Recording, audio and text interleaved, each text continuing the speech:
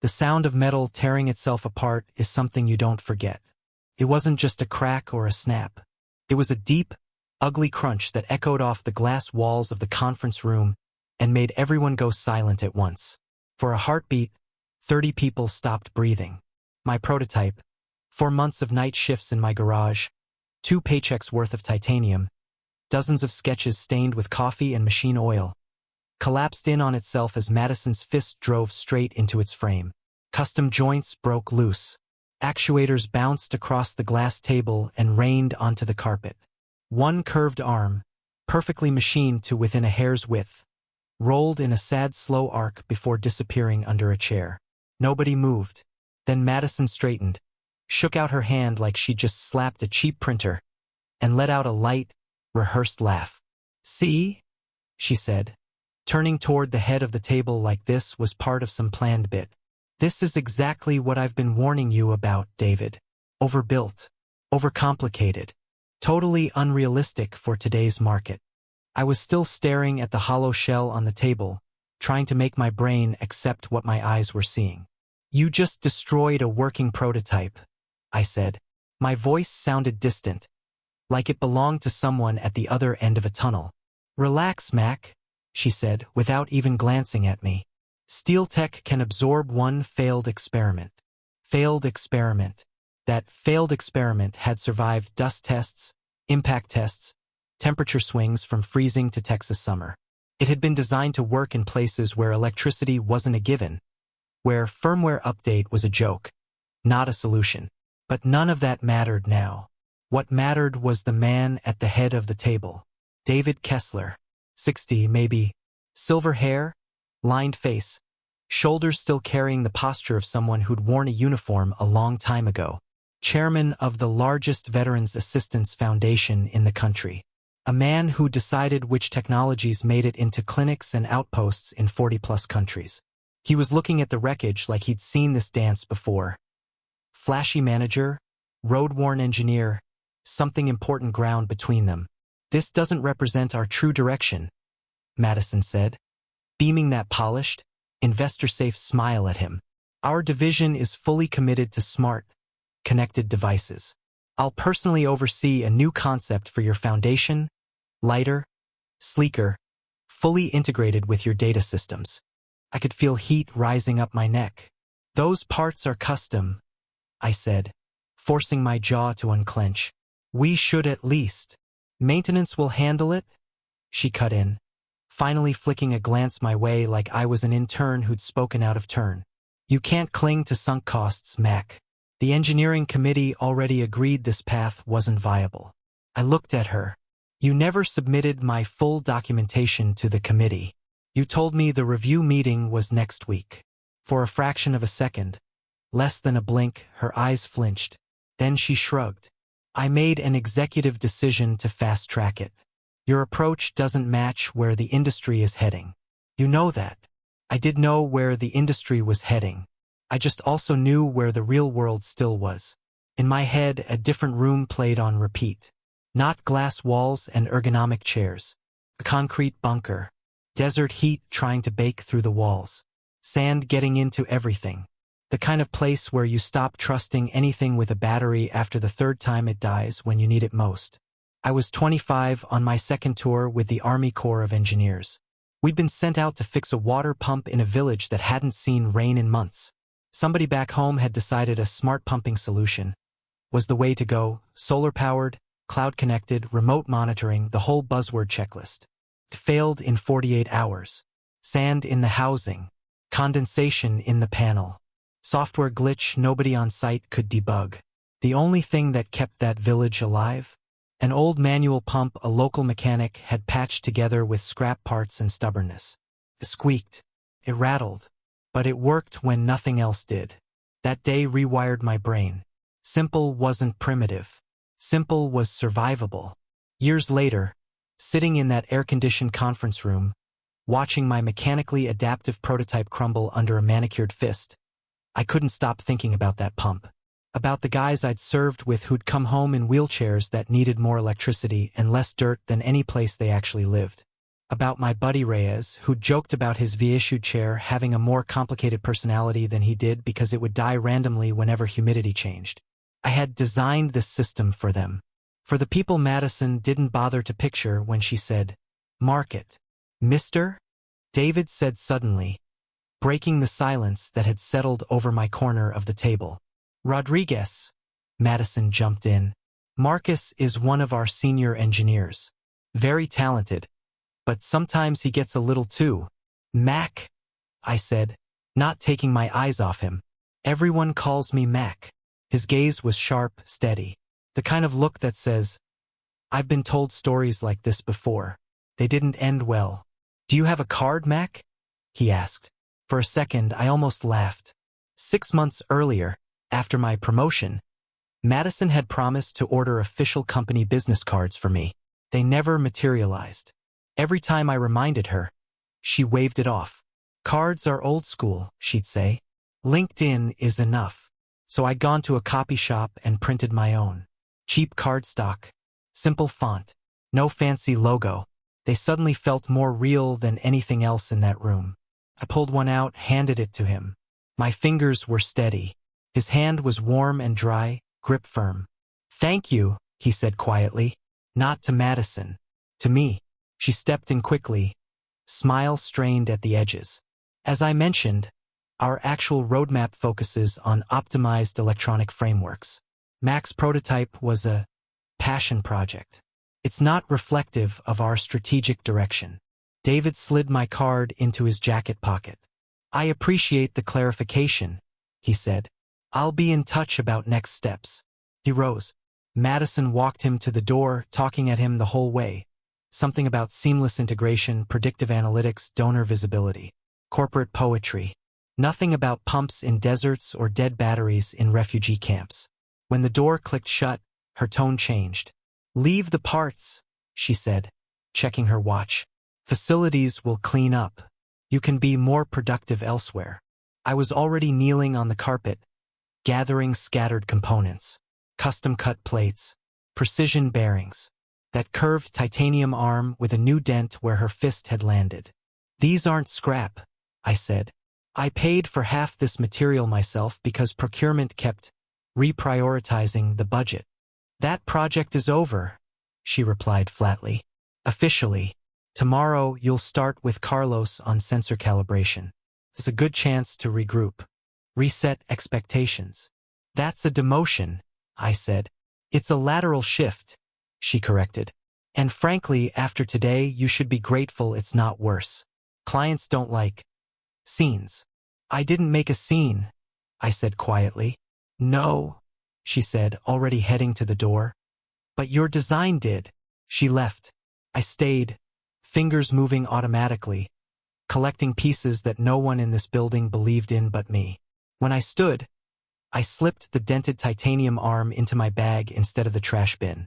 One broken piece of metal, shaped like everything I hated about this place. On my way out, I passed the lobby. Through the glass, I saw David waiting by the elevators, coat over his arm. He glanced up, caught my reflection in the doors. Our eyes met for a second. He gave a small, almost imperceptible nod. Not pity. Not, "I'm sorry your boss is a nightmare." Something else. I saw what happened, and I'm not done thinking about it. The elevator opened. He stepped in and disappeared behind mirror-bright doors. I walked out into the parking lot with a buzzing phone full of unread emails about calibration schedules and resource reallocation. I didn't go home. I sat in my truck, staring at the steering wheel, replaying that crunch of metal in my head. Madison thought she'd destroyed my work in front of the one person who might have understood it. She had no idea she'd just given me something more dangerous than any prototype. A witness. I didn't sleep that night. Not really. I lay on my back, staring at the ceiling, replaying every detail. Madison's fist, the crunch of metal, the humiliation washing over me while colleagues pretended not to look. Every time I closed my eyes, I saw the curved titanium arm rolling across the floor. But the thing I couldn't get out of my head wasn't the destruction. It was the look David gave me at the elevator. A quiet signal. Promise. Or maybe just recognition. I know sabotage when I see it. Either way, it stuck. The next morning, I dragged myself into SteelTech and reported to the sensor calibration bay. It was a fluorescent-lit purgatory where good engineers went to die slowly of boredom. Carlos glanced up as I entered, eyebrows rising. "They moved you here?" he whispered. "Apparently I need to reset expectations," I said. "You kidding me? You're the only guy in this building who can calculate thermal expansion coefficients in your head." "Which is exactly why they put me here," I said dryly. Carlos stared at me for a moment, something like anger tightening his jaw. Then he turned back to his workstation. "She's trying to bury you," he muttered. "Deep." I didn't respond. He wasn't wrong. By noon, I'd calibrated more sensors than I cared to count, trying not to fall asleep on my feet. The repetition was numbing, monotonous, mechanical in the worst way because it didn't involve creating anything, just following instructions. And then my phone buzzed. Unknown number. I stepped into a storage closet and answered. "Rodriguez." A pause. Then, "This is David Kessler." For a second I couldn't breathe. "I hope this isn't a bad time," he said. "It's unexpected." "I've been thinking about your prototype," he said. "What I saw before it was destroyed was promising. I'd like to see more. Concepts only. Nothing proprietary." I leaned against a shelf of cleaning supplies. "I'm not sure how much I can share without violating." "I'm not asking you to bring documents," he said gently. "Just your mind. And maybe a notebook." Notebook. He didn't know that nearly every design I'd ever believed in lived inside worn journals with sand still trapped between the pages. Notes I'd made overseas. Diagrams I'd sketched at 2 a.m. when inspiration hit harder than sleep. "I'd like to meet," he continued. "There's a fabrication shop my foundation leases near the industrial district." Neutral ground. I hesitated. "Why me?" Another pause. A softer one. "Because I've seen your kind of engineering before," he said. Quiet, unpolished, built for survival, not applause. "And I've watched people like your manager kill ideas that could have changed lives." The words hit something buried deep inside me. He understood. He actually understood. I exhaled slowly. "Tonight. Tonight," he confirmed. After my shift, I drove home, grabbed my old military design journals, and headed for the industrial district. The fabrication shop was a converted warehouse. Dusty, loud, full of half-finished repairs. A place with no patience for corporate nonsense. A place where things were either built right, or they didn't get built at all. David was waiting by a workbench. "You came," he said, sounding almost relieved. "I needed to," I said honestly. We spent the next hour going through my sketches, mechanical tolerance diagrams, adaptive pressure systems, modular frames that could be repaired by hand. Nothing digital. Nothing smart. Nothing Madison could put into a PowerPoint. Just truth. Just engineering. Field technicians wandered over, curious. One, Rodriguez, no relation, pointed at one of my early joint designs. "This'll jam in sandstorms," he said matter-of-factly. "You need a sealed housing." He wasn't wrong. Another tech, Nguyen, tapped a compression plate drawing. "Metal swells in cold weather. You need a floating bushing." She wasn't wrong either. I scribbled notes so fast my hand cramped. David watched silently, arms crossed, expression thoughtful. "You're getting real field feedback here," he said. "Not slide deck theory. Use it." And I did. That night, I redesigned 2 systems completely.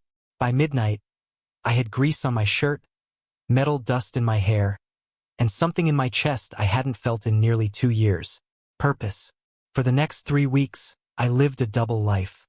By day, a demoted engineer in the sensor pit, tightening screws and pretending I didn't notice Madison watching me from across the room with narrowed eyes. By night, a man reborn, covered in metal filings, sketching until dawn, building prototypes with the help of veterans who'd survived deserts, jungles, monsoons, and broken promises. Every week, David checked in on my progress.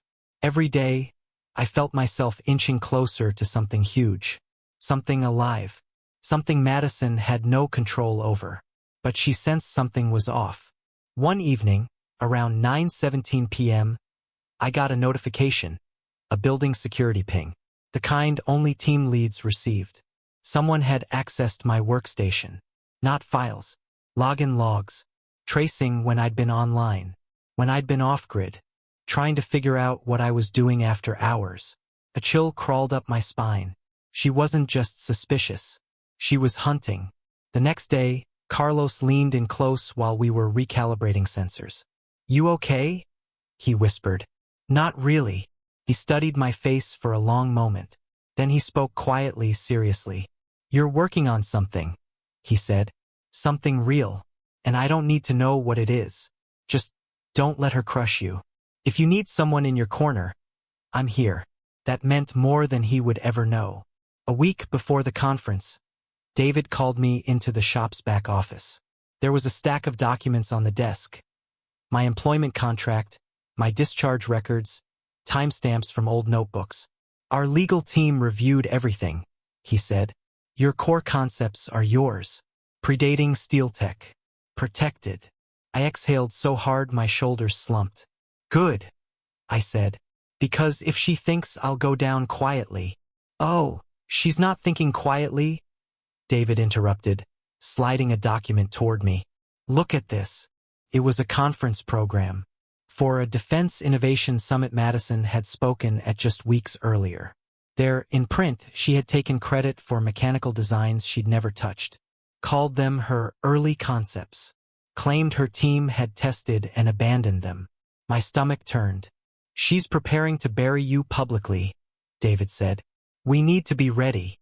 I stared at the pages, at the lies, at the certainty that Madison had no idea what was coming.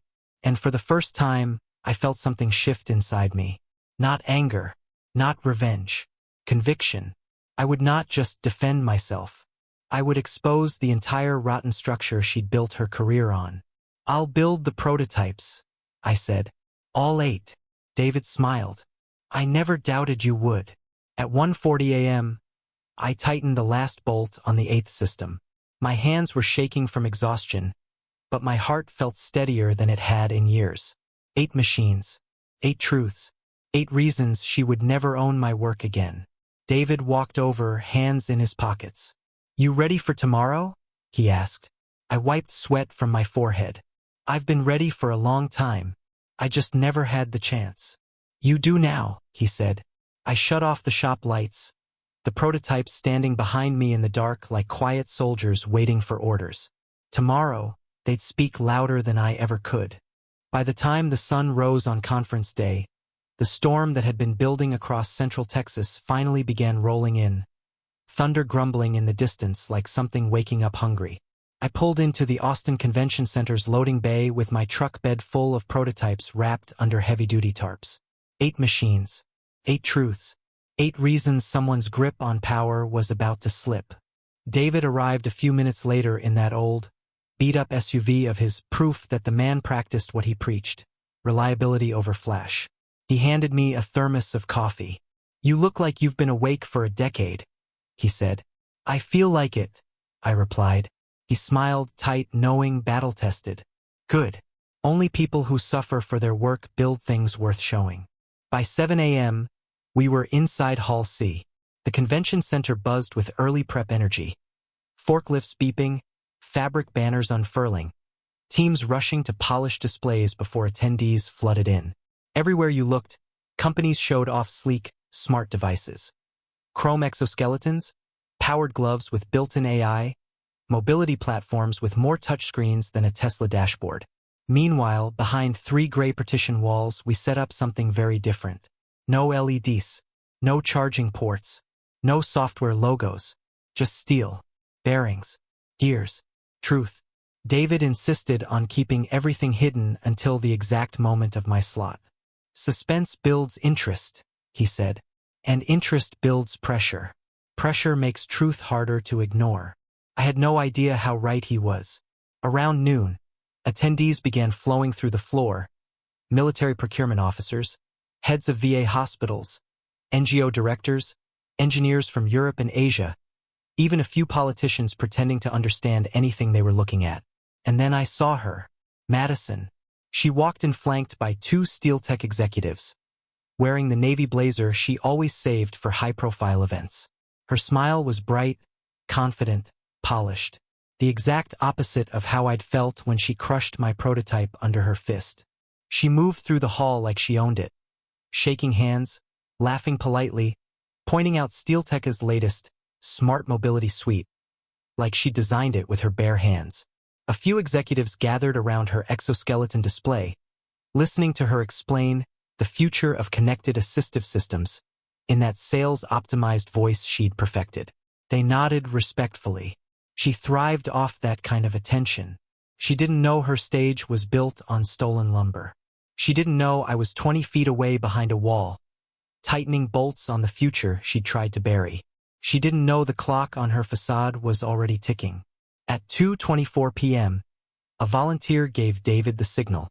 He stepped toward the central stage. 6 minutes. My hands tingled. The good kind, the kind I'd felt before a mission briefing when stakes were real and failure meant more than embarrassment. "You ready?" David asked. "I think so." "Good," he said. "Because she sure as hell isn't." He stepped on stage. I stayed behind the partition.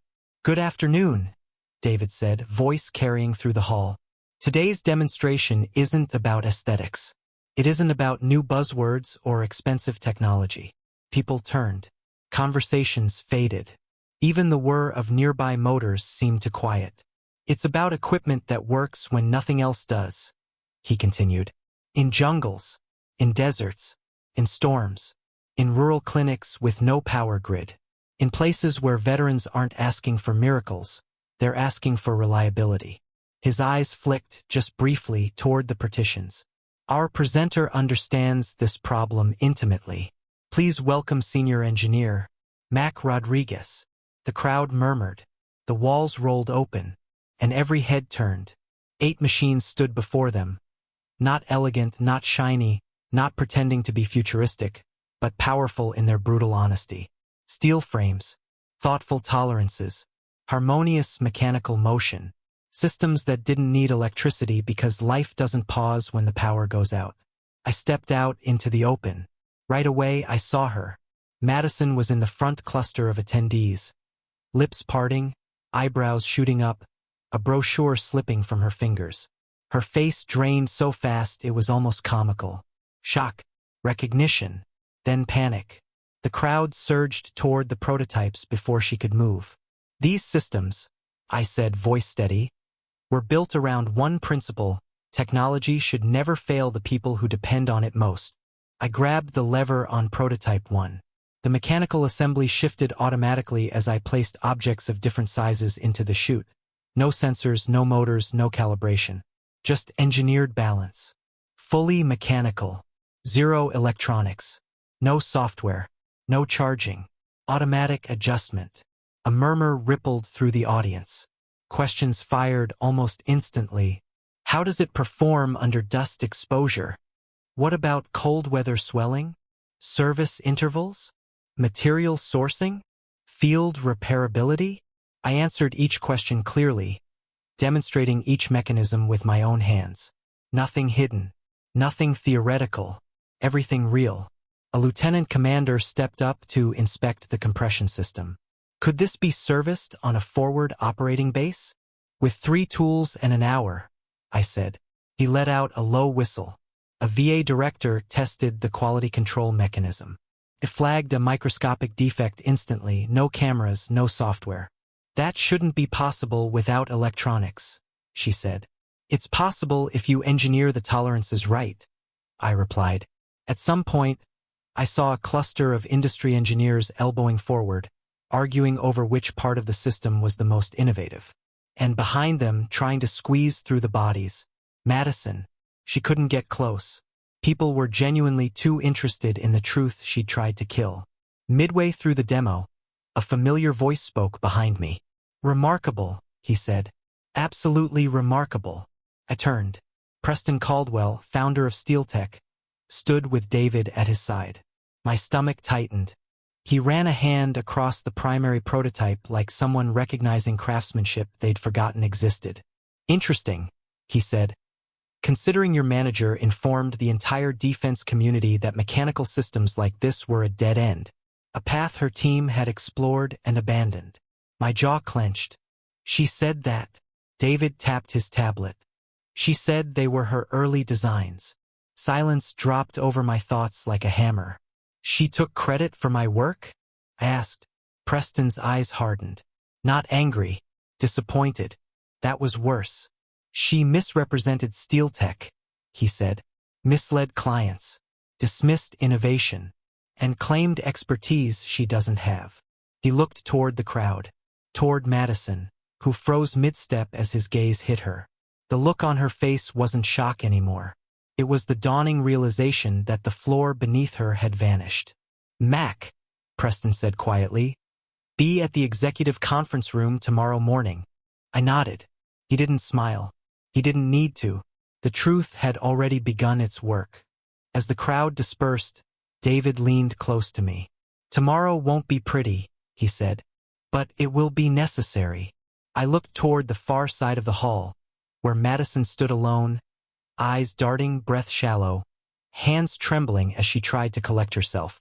For 18 months, she'd pushed me aside, buried my ideas, taken credit where she could, and crushed anything she couldn't control. For the first time, she looked small, and I didn't need to say a single word to make it happen. The truth spoke louder than any revenge ever could. The next morning, the storm that had been threatening the city finally broke. Sheets of rain hammered the pavement as I pulled into the Steel Tech parking lot, windshield wipers struggling to keep up. Thunder rolled in long, low waves. Appropriate, considering I was about to walk into a corporate thunderstorm of my own. The lobby felt different, too quiet. The receptionist kept her eyes lowered. A pair of security guards stood by the elevators, something I'd never seen in 10 years at the company. People whispered without bothering to hide it. They all knew why I was there. You're expected upstairs, one of the guards said.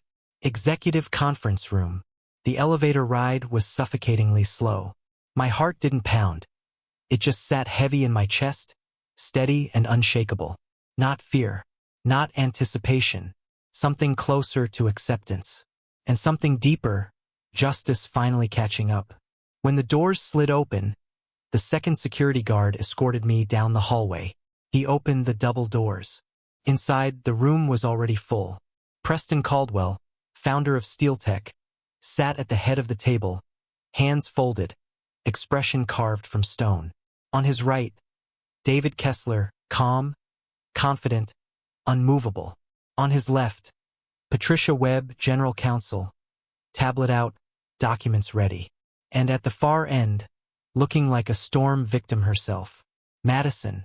Her blazer was immaculate, her hair perfect, but her eyes told a different story. Red-rimmed, sleepless, furious and frightened at the same time, like someone trying to stop a dam from breaking with bare hands. Mac, Preston said, nodding toward the empty seat opposite her. Thank you for coming, I sat, not slouched, not tense, just steady. He began with a tone so controlled it made the air feel colder. We're here to address serious allegations raised by Ms. Hayes, he said. She claims the prototypes demonstrated yesterday were developed from Steel Tech intellectual property. Before we proceed, we want to hear from both sides. Madison immediately leaned forward, voice sharp and fast, like she wanted to speak first before truth could catch her. Mr. Caldwell, the designs he showed yesterday rely heavily on proprietary mechanisms created using company resources. He circumvented protocol, ignored confidentiality agreements, and misrepresented the company's work. This is not a misunderstanding. This is theft. The word theft hit the table like a blade. I didn't flinch. Preston turned to me. Mac. I met his eyes. Every concept I built for that demonstration predates my employment here. All of it is documented in my military design journals. I built the prototypes using the Foundation's workshop, not 1 minute of company time or equipment. Madison scoffed. That's convenient. Patricia didn't look up from her tablet. Not convenient, she said. Documented. She slid her tablet to the center of the table. We've reviewed Mr. Rodriguez's discharge records. His adaptive pressure systems, mechanical tolerance designs, modular frames, they're all there. Dated. Signed. Verified. Years before he joined SteelTech. Madison stiffened. That doesn't negate the fact that he modified those concepts under SteelTech employment. That makes them ours. Patricia's eyes finally lifted, sharp, cold. Only if the company contributed to the modifications. According to internal logs, Ms. Hayes, you never submitted his documentation to the engineering committee. You cut development budgets mid-cycle. You reassigned resources. You blocked his access to testing equipment. You ensured no work progressed on the project. The words hit as precisely as scalpel cuts. Then Patricia turned to me. Mr. Rodriguez, did you receive any company funding, tools, scheduling, or design hours for the prototypes you presented? None, I said. I built everything myself with the foundation's resources. Preston's expression hardened. Then Ms. Hayes' claim collapses. Madison's face went pale. No, it doesn't. This is all misinterpreted. He took ideas from the automotive division. No, David cut in. Calm. Surgical. He didn't. But you know what is documented. He tapped his tablet. A slide filled the room's wall screen. A screenshot from the Defense Innovation Summit. Madison on stage, smiling confidently beside a slide titled, Mechanical Mobility Concepts, Abandoned Early Design Pathways. She had bullet points describing her team's early exploration and her initial mechanical concepts. All stolen from me, all buried by her, all used as evidence to kill the very work she'd never allowed to live. Preston leaned back slowly. Ms. Hayes, he said, voice dropping to a dangerous quiet. Did you present this work as your own? That's not. That slide was. Yes or no? Silence. A long, cracking silence. Then, barely audible, yes. Everything in the room froze, like time itself inhaled. Preston exhaled. A slow, disappointed breath that somehow carried more weight than yelling. You didn't just sabotage an engineer, he said. You misled the industry. You misrepresented SteelTech. And you buried innovations that could have helped thousands of veterans. Her face flushed red, then white, then red again. I was protecting the company's direction. Investors want modern solutions, smart solutions. We're not a fashion brand, Preston snapped. We solve real problems, for real people, with real consequences.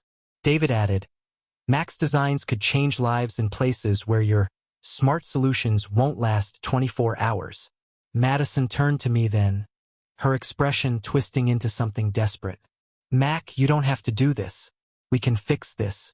I'll support your next project. I'll put your name first on the reports. I held up a hand. Not angrily, not dramatically, just clearly. I'm not interested in repairing something that was designed to break people like me. Her lips trembled. For a moment she looked human, vulnerable, even pitiful. But it was too late, much too late. Preston turned to Patricia. Prepare the termination papers. Effective immediately. For cause. Madison gasped. You can't. I can, Preston said. And I must. 2 security officers stepped inside. Madison stood on shaky legs. She didn't scream. She didn't fight. She just stared at me with an expression I'd seen on soldiers who realized too late that the ground beneath them was gone. Then she was escorted out. The door shut behind her. And just like that, the storm was over. Preston turned to me. Mac, this company owes you more than an apology. We owe you room to create. I sat silently. David spoke next. We'd like to propose a partnership. Your mechanical systems, combined with SteelTech's manufacturing capacity, could reshape mobility technology worldwide. And I want you, Preston said, to lead a new division, mechanical adaptive systems, full autonomy. Build the team you want. Report directly to me. I took a breath. I have conditions. Both men smiled slightly. Of course I did. 1, I said. I choose my team, starting with Carlos, and any engineer who was pushed aside under Madison. Done, Preston said. 2, I continued. No one buries work again. Engineers can bring ideas straight to leadership without filtering through management politics. Agreed, David said. And 3, I finished. We build for the real world. Not slides, not trends, not investors. For people who actually need it. Preston nodded. That's exactly why I want you leading this. For the first time in years, I felt like the ground under me was solid. 3 months later, I watched a video sent from a remote clinic overseas. A veteran, missing both legs, adjusted the mechanical mobility system my team had built. No batteries, no motors, no updates, just engineered strength. It moves smooth, he said, smiling into the camera. Feels like it understands me. I swallowed hard. In my new office, on a shelf behind me, sat a single object. The dented titanium arm Madison crushed in front of a room full of people.